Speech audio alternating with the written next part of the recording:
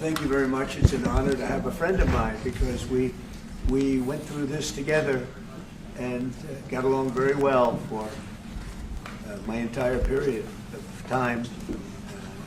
So I knew him as a very young man. Now he's just a young man.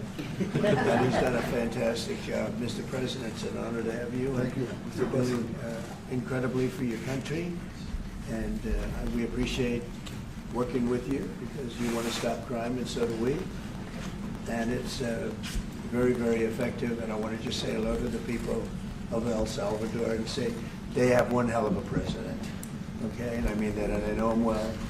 I know him as a very young man, Marco, even younger than you. You know, he started pretty young. He'll always be younger. Young at heart.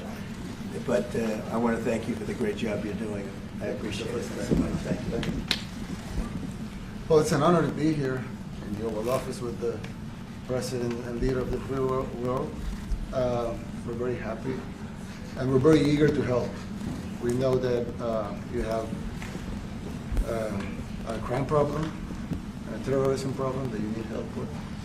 And we're a small country, but if we can help, we will do it. And we actually turned the murder capital of the world, that was the journalists call it, right? Murder capital of the world, into the safest country in the Western Hemisphere. And, you know, sometimes they say that we imprisoned thousands. I like to say that we actually liberated millions. So, you know, like, That's very good. Who gave him that line? Do you think I can use that? Yes. And in fact, Mr. President, you have 350 million people to liberate. Yeah. But to liberate 350 million people, you have to imprison some. You know, that's the way it works, right? You cannot just, you know, free the criminals and think crime is going to go down magically. You have to imprison them so you can liberate 350 million Americans that are asking for the end of crime and the end of terrorism. And it can be done. I mean, you're doing it already. And I'm sure that people have seen the change in the streets. A long way to go because you're just initiating your second term.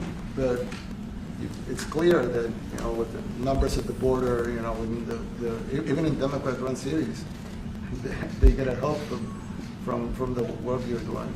So I'm really happy to be here, honored, and eager to help. Well, we had a terrible thing happen. We had an administration that allowed people to come in freely into our country from not only South America, but from all over the world, many from the Congo in Africa, Asia, all over the world, Europe, rough parts of Europe. And they came from prisons, and they came from mental institutions, and they came from gangs, and the gangs of Venezuela and other places. And hundreds of thousands and even millions of them came. 21 million people altogether, but many of the people that came, just a tremendous percentage of them were criminals, in some cases violent criminals. We had 11,088 known murderers. Half of them murdered more than one person. This was allowed by a man who, what he did to our country is just unbelievable. So we're straightening it out, we're getting him out. But what they did and what that party did to our country, open borders, anybody could come in. As soon as I heard that, I said, every prison's going to be emptied out into our country. That's what happened. And we're straightening it out. And we just had numbers. We had the highest recruiting numbers in the history of our country going into police departments. And a year ago, we had the lowest numbers. You couldn't hire a police. Biggest change. Yeah. Nobody's From ever the seen lowest it. to the highest. And the military now, Marines, the Army, Air Force, Coast Guard, every slot is, I mean, we have the best numbers we've ever had. We call it recruitment numbers. And we've never had anything like it. We had records on at every single level. But very important, the policemen. The policemen are joining forces now that we're having a hard time with policemen because we weren't protecting our police. Yeah. And we cherish our police. The police are great, and the firemen and everybody else. But we have the highest numbers that we've ever had, the most enthusiasm. We have great enthusiasm and on trade and other things. We're doing great. We're taking in billions and billions of dollars. We made 2 weeks ago, I gave them a little bit of a pause because, you know, you have to show a little flexibility. But we go back to what we have to do. The markets have been very strong once they got used to it. But we were losing $2 billion a day. There's no company big like this. This is the biggest deal ever made. Now we're making $3 billion a day. We're a great country, but we had stupid people running this country, and I can say it. But what they've done to us at the border should never and can never be forgotten. It's a sin, what they did, and you are helping us out, and we appreciate it. Actually, what you're doing with the border is remarkable. It has dropped, what, 95%? It's incredible. That, as of this morning, 99%, 99.1% to be exact. Why are those numbers not in the media? Well, they get out with the fake news, you know, like CNN. CNN over here doesn't want to put them out because they don't like putting out good numbers. They only like putting out because I think they hate our country, actually. Yeah, that's a very. But it's a shame. You're right. Isn't that a great question? Why doesn't the media? Why don't they put out numbers? Yeah, 99%. I mean, it's crazy, right? We're doing It's great. a crazy turnaround. Christy, could you maybe say a couple of words about the border? How we're doing? You know, it's just been absolutely phenomenal what a great leader can do. Clear direction, our laws matter. We should only have people in our country that love us, and the Border Patrol and our ICE officers and law enforcement officers have done fantastic work. So we're proud of them. Now we just need to get the criminals and murderers and rapists and dangerous gang members and terrorist organizations out of our country. So, Mr. President Bukele, we thank you very much for your partnership. It has been wonderful for us to be able to have somewhere to send the worst of the worst and someone to partner with. And we'd like to continue that partnership because it's been a powerful message of consequences. Mr. President, you wanted people to know that there was consequences if you break our laws and harm our people and endanger families. And this is a clear consequence for the worst of the worst, that we have somewhere to put them. Thank you very much. Yeah, we even had this gang member from Venezuela, one of the ones you sent, and we interviewed him just to get some information, etc., from them. And he said, "Oh, well, I got arrested 6 times, but they released me the 6th time, so I should be released again." And then I said, "Well, what's the last thing you do?" And he said, "Well, I shot a cop in the leg, but I didn't kill him. I just shot him in the leg." And we're like, this guy was arrested 6 times here in the United States, 6 times. He was released 6 times, and in the he was released 5 times, and the last time he was sent to El Salvador, right? So he's not getting released. But the last time he shot a cop, actually, and he shot him in the leg.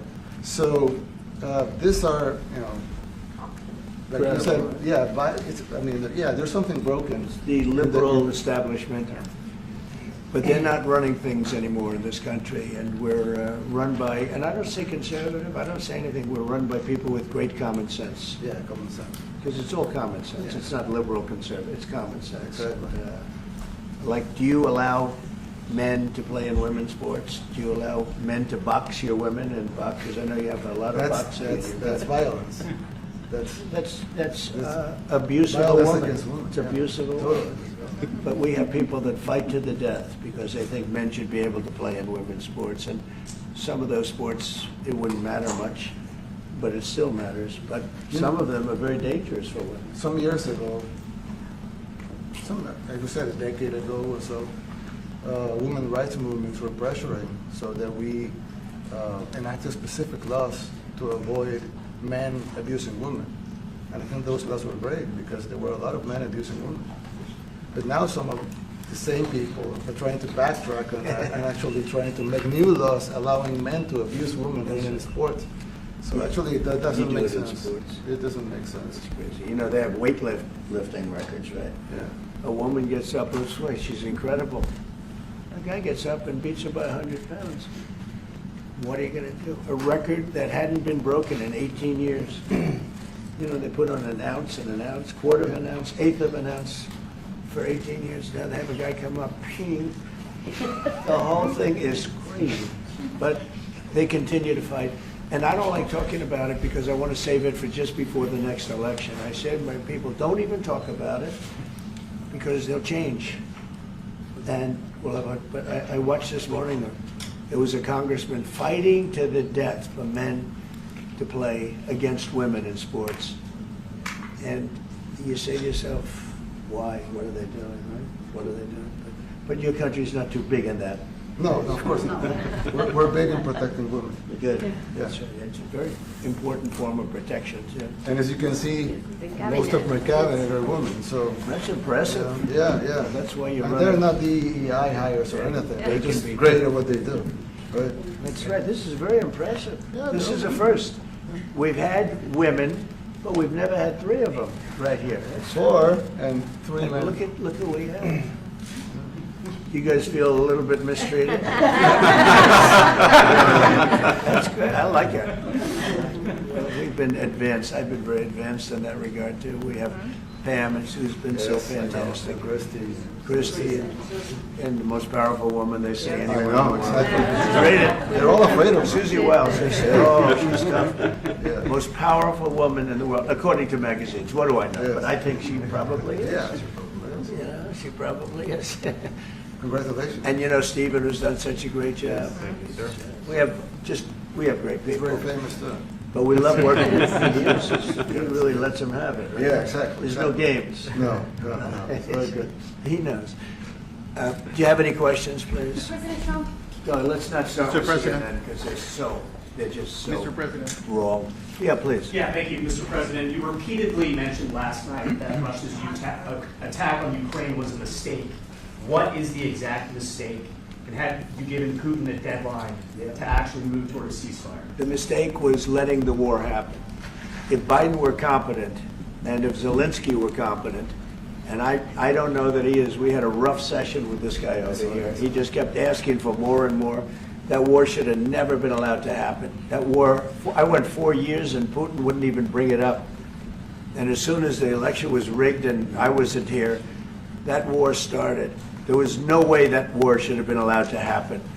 And Biden should have stopped it. And you take a look at Putin. I'm not saying anybody's an angel, but I will tell you, I went 4 years and it wasn't even a question. He would never, and I told him, don't do it. You're not going to do it.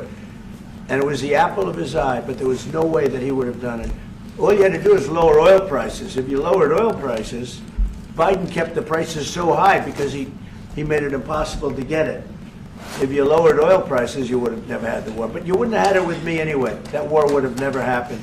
And I think it's a great abuse. So now what do? You get a country where 25% of its land is gone, and the best locations, where millions of people are killed. You know, you haven't reported accurately the death. And this was Biden's war, and I'm trying to stop it. And I think we're going to do a good job. I hope we're going to do it. They lose 2,500 young people a week, think on average. Now they're Russians and they're Ukrainians, but it's 2,000. We don't care. It's like whatever it is. Intolerable. They're not from your country. They're not from mine. But I want to stop it. 2,500. It's a killing field. It's like the Civil War. You take a look. I look at the satellite pictures. This should not be happening in our time. Of course, our time can be pretty violent, as we know. But that's a war that should have never been allowed to start. And Biden could have stopped it, and Zelensky could have stopped it, and Putin should have never started it. Everybody's to blame. Have you spoken to President Zelensky, sir, about his offer to purchase more Patriot missile batteries? Oh, I don't know. He's always looking to purchase missiles, you know. He's against, listen, when you start a war, you got to know that you can win the war, right? You don't start a war against somebody that's 20 times your size and then hope that people give you some missiles. If we didn't give them what we gave, remember, I gave them javelins. That's how they won their first big battle with the tanks that got stuck in the mud, and they took them out with javelins. They have an expression that Obama at the time, Obama gave them sheets and Trump gave them javelins. But it's something that should have never happened. It's a really shame. The towns are destroyed. Towns and cities are, you know, largely destroyed. They have the spires, you know, the beautiful spires that go up. They say they were the most beautiful in the world in Ukraine for whatever reason, but the most beautiful in the world, they're mostly laying on their side, shattered and broken. And most importantly, you have millions of people dead. Millions of people dead because of Three people. I would say three people. Let's say Putin, number one, but let's say Biden, who had no idea what the hell he was doing, number two, and Zelensky. And all I can do is try and stop it. That's all I want to do. I want to stop the killing. And I think we're doing well in that regard. I think you'll have some very good proposals very soon. Last question, sir. Have you attributed a motive, sir? Have you attributed a motive through the FBI investigation behind the attack on Governor Josh Shapiro over the weekend? No, I haven't, but the attacker was not a fan of Trump, I understand, just from what I read and from what I've been told. The attacker basically wasn't a fan of anybody. It's probably just a whack job. And certainly a thing like that cannot be allowed to happen. Is a good relation with President Bukele the best guarantee that this time you won't terminate the temporary I have protected a status? great relationship with this man. nationals of El Salvador? I have the best relationship with him. We've known each other. I've known him since he was a very young man, as I said, very, very young, and I was impressed. I said, look at this guy is, in fact, you sort of look like a teenager.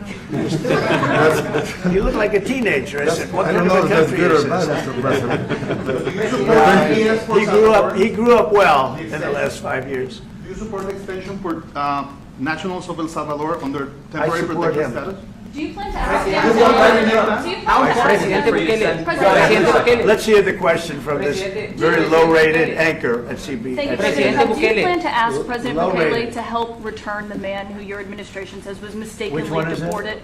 The man who was mistakenly deported to El Salvador? Well, let me ask Pam, would you answer that question? Sure, President. First and foremost, he was illegally in our country. He had been illegally in our country. And in 2019, two courts, an immigration court and an appellate immigration court, ruled that he was a member of MS-13 and he was illegally in our country. Right now, it was additional paperwork had needed to be done.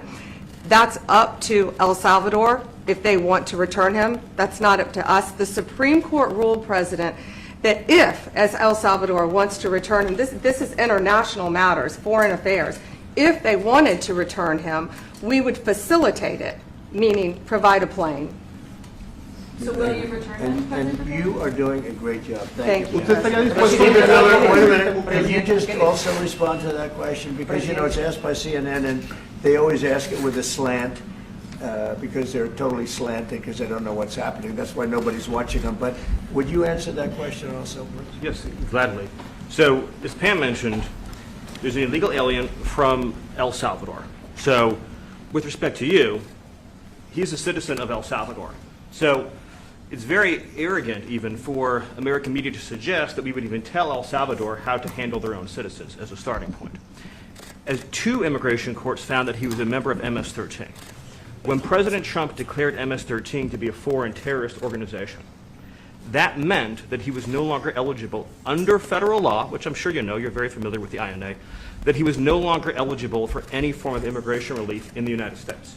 So we had a deportation order that was valid, which meant that under our law, he's not even allowed to be present in the United States and had to be returned because of the foreign terrorist designation. This issue was then, by a district court judge, completely inverted, and a district court judge tried to tell the administration that they had to kidnap a citizen of El Salvador and fly him back here. That issue was raised to the Supreme Court, and the Supreme Court said the district court order was unlawful, and its main components were reversed 9-0 unanimously, stating clearly that neither Secretary of State nor the President could be compelled by anybody to forcibly retrieve a citizen of El Salvador from El Salvador, who again is a member of MS-13, which, as I'm sure you understand, rapes little girls, murders women, murders children, is engaged in the most barbaric activities in the world, and I can promise you if he was your neighbor, you would move right away. So you don't plan But to the ask for Supreme anything Court to is get asking him back? to, And that- what was the Is that- ruling is that- in the Supreme Court, Steve? Was it 9-0? Yes, it was a 9-0 In our favor? in our favor against the district court ruling, saying that no district court has the power to compel the foreign policy function of the United States. As Pam said, the ruling solely stated that if this individual, at El Salvador's sole discretion, was sent back to our country, that we could deport him a second time. No version of this legally ends up with him ever living here because he is a citizen of El Salvador. That is the president of El Salvador. Your questions about it, per the court, can only be directed to him. I asked ¿Usted lo President liberaría, Bukele, Presidente what is Bukele? your, can President Bukele weigh in on this? Do you plan to return him? Well, I'm supposed you're not suggesting that I smuggle a terrorist into the United States, right? It's I mean, only how can I smuggle, how can I return him to the United States? Like, I smuggle him into the United States, or what do I do? Of course, I'm not gonna do it. It's like, I mean, the question is preposterous. How can I smuggle a terrorist into the United States? I don't have the power to return him to the United States. But you can release him inside El Salvador. Yeah, but I'm not releasing, I mean, we're not very fond of releasing terrorists into our country. I mean, we just turned the murder capital of the world into the safest country of the Western Hemisphere, and you want us to go back into the releasing criminals so we can go back to being the murder capital of the world? No, that's not going to happen. Well, they'd love to have a criminal, released into our I mean, there's So a fascination. They would love it. Yeah. They're sick, these are sick people. Marco, do you have something to say about Yeah, I mean, Stephen outlined it. I don't understand what the confusion is. This individual is a citizen of El Salvador. He was illegally in the United States and was returned to his country. That's where you deport people, back to their country of origin. Except for Venezuela, that wasn't refusing to take people back, or places like that. I can tell you this, Mr. President. No, the foreign policy of the United States is conducted by the President of the United States, not by a court. And no court in the United States has a right to conduct the foreign policy of the United States. It's that simple. End of story. And that's what the Supreme Court held, by the way, to Marco's point. The Supreme Court said exactly what Marco said, that no court has the authority to compel the foreign policy function of the United States. We won a case 9-0, and people like CNN are portraying it as a loss, as usual, because they want foreign terrorists in the country who kidnap women and children. But President Trump, his policy is foreign terrorists that are here illegally get expelled from the country, which, by the way, is a 90-10 issue. Well, Mr. President, you said that if the Supreme Court said someone needed to be returned, that you would abide by that. You said that on Air Force One just a few days ago. And they said that it must be facilitated. Why don't you just say, isn't it wonderful that we're keeping criminals out of our country? Why can't you just say that? Why do you go over and over, and that's why nobody watches you anymore? You have no credibility. Please, go ahead. President Trump, thank you so much.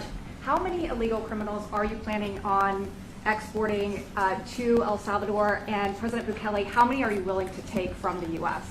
As many as possible. And I just asked the president, it's this massive complex that he built, jail complex. I said, can you build some more of them, please? As many as we can get out of our country that were allowed in here by incompetent Joe Biden through open borders. Open borders. You probably hear open borders and you can't even understand it because nobody can understand. Nobody smart or with common sense can understand it. So we have millions of people that should not be in this country that are dangerous. Not just people, because we have people, but we have millions of people that are murderers, drug dealers.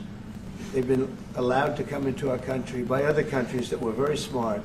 When they heard that this very low IQ president, and by the way, I took my cognitive exam as part of my physical exam, and I got the highest mark, and one of the doctors said, sir, I've never seen anybody get that kind of, that was the highest mark. I hope you're happy with that, although they haven't been bugging me too much to take a cognitive, but I did do my physical and it was released. I hope you're all happy with it. I notice there's no question, so probably you are. But the cognitive, they said to me, sir, would you like to take a cognitive test? I said, did Biden take one? No. Did anybody take one? No, not too many people took them.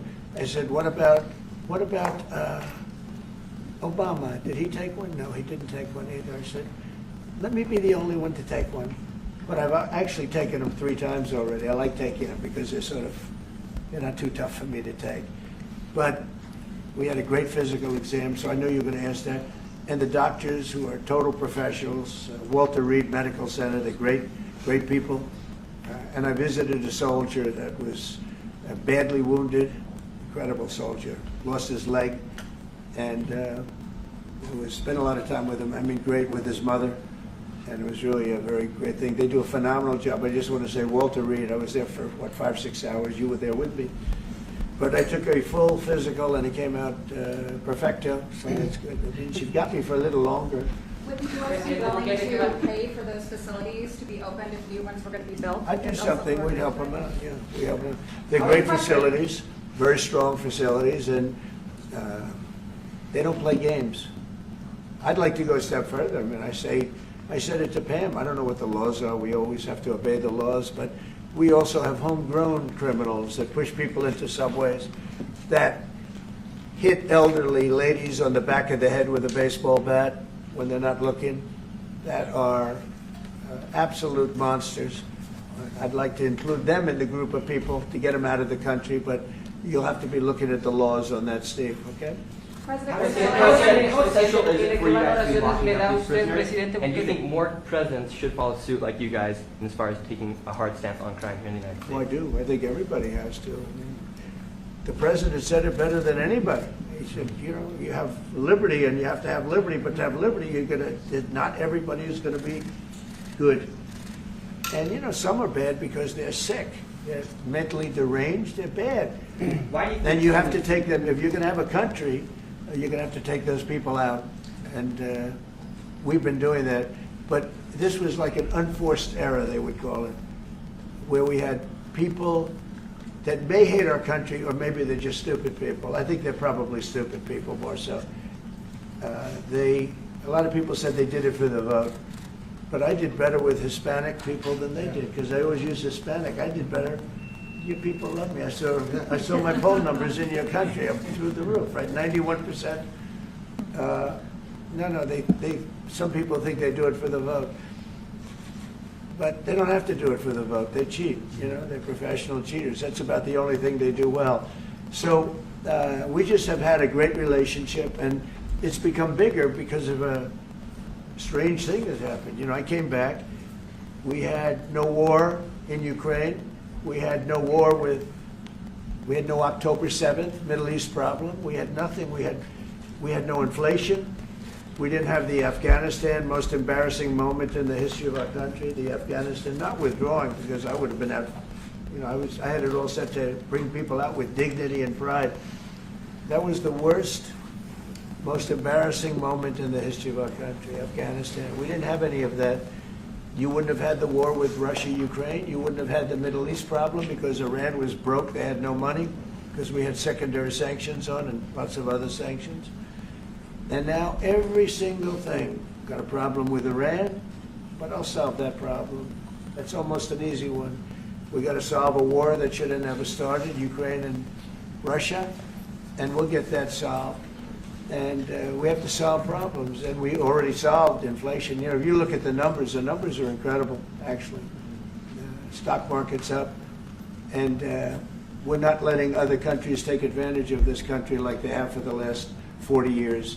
So thank you very much. You have a question, please? Mr. President, thank you so much. You scored another major investment win this morning when NVIDIA pledged to build its AI supercomputer, the first time ever, right here in the United States. Thank you. That's a question I like. That's true. What is your reaction to this announcement, sir, and how will this positively benefit Americans across the entire country? Well, it's one of the biggest announcements you'll ever hear, because NVIDIA, as you know, controls that almost the entire sector, which is one of the most important sectors in the world, between chips and semiconductors and everything else. And they're the biggest. And the other biggest we already have coming in and spending $300 billion, as you know. They announced 2 weeks ago. But NVIDIA is so highly respected. And this was an announcement that a lot of people, I knew it was going to happen, but not to the extent that it happened. It's big. And the reason they did it is because of the election on November 5th and because of a thing called tariffs. As I say, the most beautiful word in the dictionary. After love, God, relationship. The press actually hit me and said, tariff is the most beautiful word in the dictionary. What about family, love, God? I got hit even on that. You understand? I said, okay. So now I say it's my 5th most favorite word, because they get you on anything.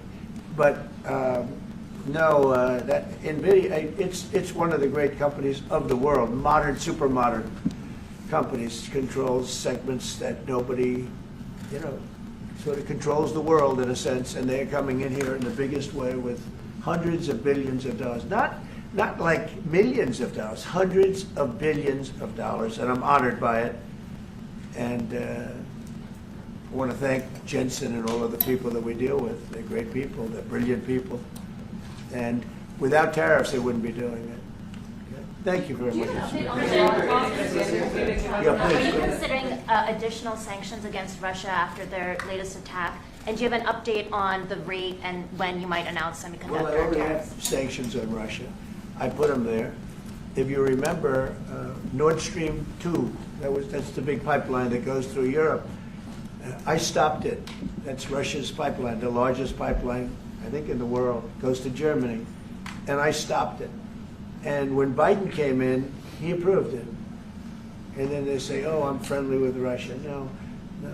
Putin said, you know, if you're my friend, I'd hate to see you when you're my enemy. I stopped the biggest economic job they ever had. I stopped it cold, right? It was dead. You know that, right? And Biden came in and he immediately approved it. What was that all about? And it's a pipeline that takes care of a lot of the needs. Now, you know, it was a very controversial thing, but I stopped it and Biden approved it. Question? On tariffs, No, do you not have an you. update? Not Update today on potential ¿Qué valoraciones le semiconductor da tariffs presidente and potentially Bukele? pharmaceuticals, What? semiconductor tariffs and potentially pharmaceuticals. Pharmaceuticals, we're going to do. We don't make our own drugs, our own pharmaceuticals. We don't make our own drugs anymore. The drug companies are in Ireland and they're in lots of other places, China. And all I have to do is impose a tariff. The more, the faster they move in. The higher the tariff, it's very simple. It's inversely proportional. The higher the tariff, the faster they come. And yeah, we're going to be doing that. That's going to be like we have on cars. We have, as you know, a 25% tariff on cars.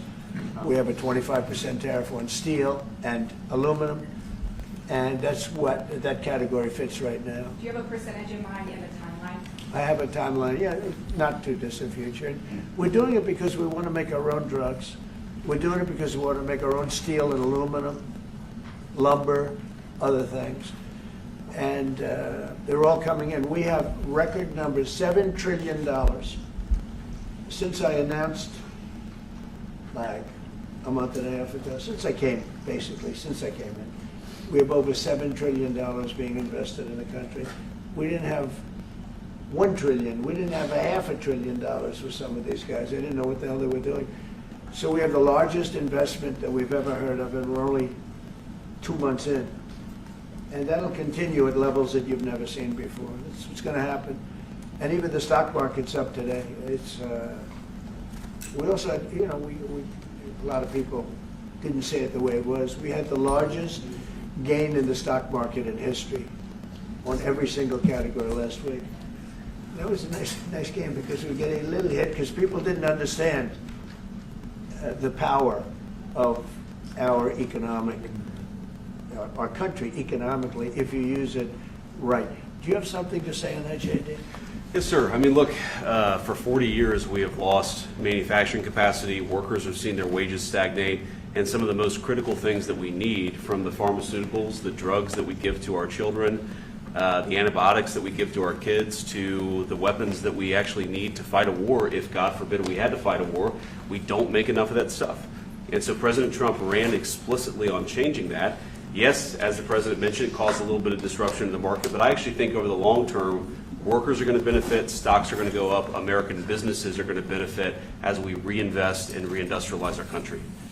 And the auto workers and the Teamsters and all of the unions, you know, not traditionally Republican, but I'm winning those unions by, we're up 40, 50 points on the Democrats. They're losing everything.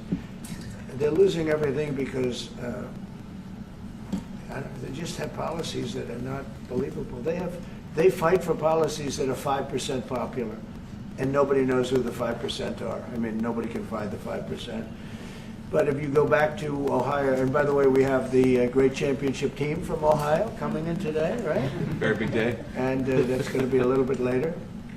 And that'll be, if you want to stick around, I'll introduce you to some nice people. You'll see some very large people, right? You'll see some people that even you have not seen people like this. These are big, these are 6'7", 380 pounds with no fat. Okay, that's pretty good, right? But the team, the national championship team, is being honored today at the White House, so that'll be exciting. If you're around, you want to stay around, I'll have you up there. You can tell them all about your prison, how you have to behave. Okay. Who else? On electronics. Go ahead, please. Yeah, you said yesterday that you're making a decision on Iran very quickly. What do you mean by that? Is that a decision to Well, strike they have to Iran? solve their problem very quickly. Iran wants to deal with us, but they don't know how. They really don't know how. We had a meeting with them on Saturday. We have another meeting scheduled next Saturday. I said, that's a long time. You know, that's a long time. So I think they might be tapping us along. But Iran has to get rid of the concept of a nuclear weapon. They cannot have a nuclear weapon. He can't have a nuclear weapon. Nobody can have, we can't have anybody having nuclear weapons, you know? We can't have nuclear weapons. And I think they're tapping us along because we're so used to dealing with stupid people in this country. And I had Iran perfect. You had no attacks. You would have never had October 7th in Israel, the attack by Hamas, because Iran was broke. They were stone cold broke when I was president. And I don't want to do it. I want them to be a rich, great nation.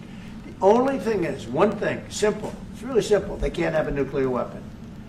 And they got to go fast because they're fairly close to having one. And they're not going to have one. And if we have to do something very harsh, we'll do it. And I'm not doing it for us, I'm doing it for the world. And these are radicalized people, and they cannot have a nuclear weapon. Does that include a potential strike on Iranian nuclear facilities? Of course it does. And just a follow-up question, a clarification. You mentioned that you're open to deporting individuals that aren't foreign aliens but are criminals to El Salvador. Does that include potentially U.S. citizens fully naturalizing American? If they're criminals and if they hit people with baseball bats over their head that happen to be 90 years old, and if they rape 87-year-old women in Coney Island, Brooklyn, yeah, that includes them. What, do you think there's a special category of person? They're as bad as anybody that comes in. We have bad ones too.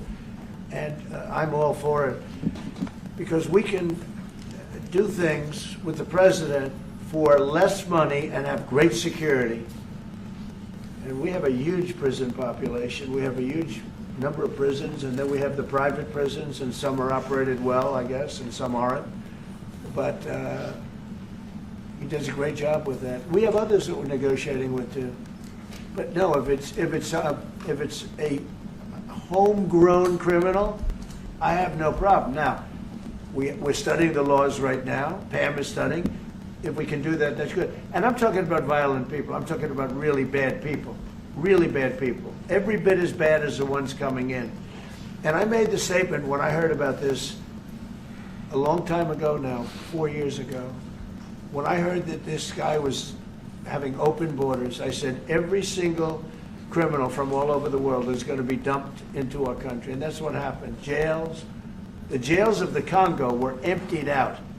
The jails of Venezuela were emptied out. And you know what happened? Their crime went way down. But now Venezuela has other problems. You know what the problem is? They have no money. Yeah. Because I shut off their oil, and we put secondary tariffs because they're not doing what's right over there. They know what to do. We spoke to them. I spoke to them. They know what to do. But they have no money. Venezuela has no money. But Iran had no money. And Iran behaved so beautifully. And then Biden took all those secondary tariffs and tariffs on. I told China, you can't buy oil. If you buy oil from Iran, China, I told it to President Xi, then we no longer want you to do business with the United States of America. And those ships disappeared from that harbor so quickly. China. Get along great with China. Are the talks with Iran productive? Do you want to continue that? The talks with Iran, do you believe those are productive? Do you want to continue that? I think Iran could be a great country as long as it doesn't have nuclear weapons. If they have nuclear weapons, they'll never get a chance to be a great country. They will never get a chance. It won't even come close. Sir, on tariffs. Yeah. Yeah, thank you. Yesterday you mentioned short-lived product exemptions. Which specific products are you considering, and how long is short-lived? Weeks, months? I'm looking at something to help some of the car companies where they're switching to parts that were made in Canada, Mexico, and other places. And they need a little bit of time because they're going to make them here. But they need a little bit of time. So I'm talking about things like that. What about any Apple products, other cell phones? Look, I'm a very flexible person. I don't change my mind, but I'm flexible.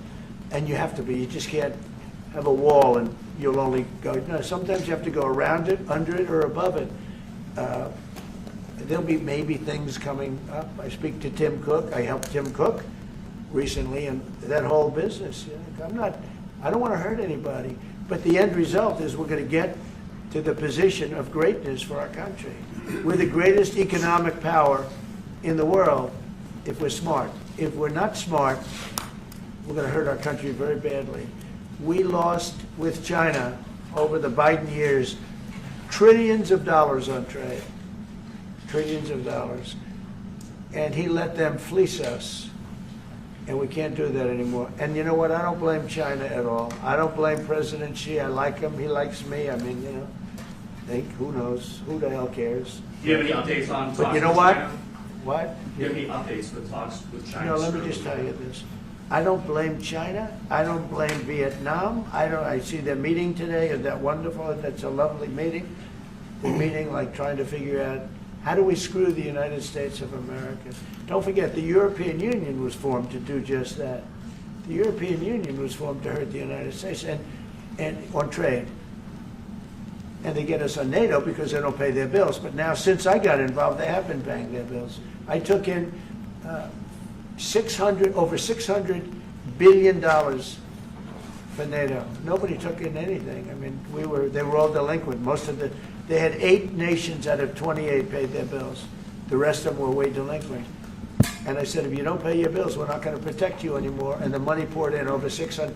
The Secretary General last week made that statement. He said, I've never seen anything like it. We couldn't get anybody to pay because the United States was footing the bill for NATO. Well, we got hurt there, and we got hurt on trade, likewise, European Union. And they've got to come to the table, and they're trying to. They're trying to. But the European Union has taken terrible advantage. They don't take our food products. They don't take our cars.